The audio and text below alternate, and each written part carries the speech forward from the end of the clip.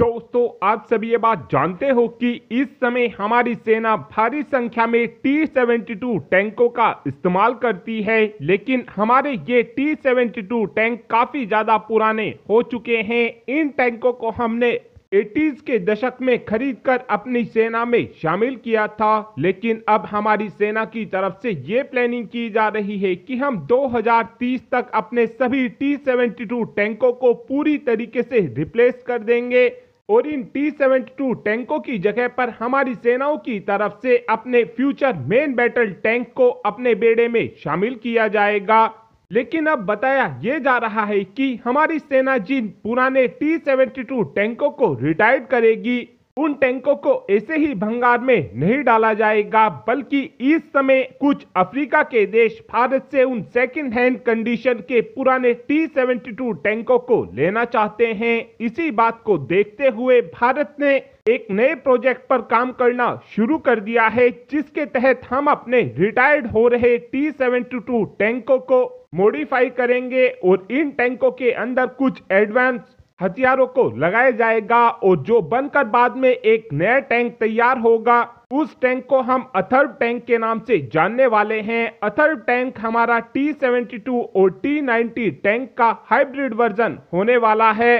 इस समय हमारे T-72 टैंक को देखा जाए तो ये टैंक मॉडर्न एंटी टैंक मिसाइलों को फायर नहीं कर सकता है और ना ही हमारा ये टैंक कामिकाजी ड्रोनों को दुश्मन देश के ऊपर दाग सकता है। लेकिन T-72 टैंक के अगर हम चेसिस को पहले से बेहतर कर देते हैं तो फिर हमारा ये टैंक काफी आसानी से मॉडर्न एंटी टैंक मिसाइलों को भी फायर कर सकेगा, साथ में कामिकाजी ड्रोनों को भी फायर कर सकेगा।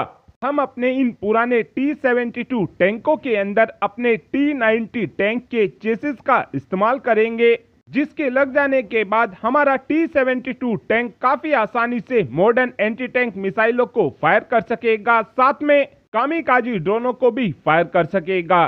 साथ में इस समय हमारी CVRD ने हमारे इन T-72 टैंकों के लिए कामिकाजी ड्रोन से बचने के लिए एक एंटी ड्रोन जैमर सिस्टम को भी बनाना शुरू कर दिया है, जिसको जल्द ही हमारे पुराने हो रहे T-72 टैंक के अंदर लगा दिया जाएगा। इन टैंकों के अंदर 1000 हॉर्स पावर के इंजन का भी ऑप्शन उन देशों को दिया जाएगा जो देश भारत से पुराने हो रहे T-72 टैंकों को लेना चाहते हैं। और अगर कोई देश चाहेगा तो भारत उन टैंकों के अंदर 1000 हॉर्स पावर के इंजन को भी लगा कर देगा। और इस समय उम्मीद इस बात की जा रही है कि पहले भारत की तरफ से 700 की संख्या में अपने T-72 टैंकों के मॉडर्न वर्जन को अफ्रीका के कुछ देशों को एक्सपोर्ट किया जाएगा। इन टैंकों को बेचकर जितना भी पैसा हमारे पास आएगा, उसी पैसे का इस्तेमाल करते हुए हम अपनी सेना के लिए और भी ज्यादा लेटेस्ट टेक्नोलॉजी के टैंकों को बनाकर तैयार कर सकेंगे। और अगर भारत ऐसा नहीं करना चाहेगा तो इसी पैसे का इस्तेमाल करते हुए भारत अपनी सेनाओं के लिए मेन बैटल टैंक को भी खरीद सकता है। और अब आप ही कमेंट कर बता सकते हैं कि क्या भारत ने अपने पुराने T-72 टैंक को अपडेट कर अफ्रीका के देशों को बेचने का फैसला सही लिया, हाँ या फिर ना? इस बात का आंसर आप कमेंट बॉक्स में दे सकते हैं। Thanks for watching this video. Have a good day.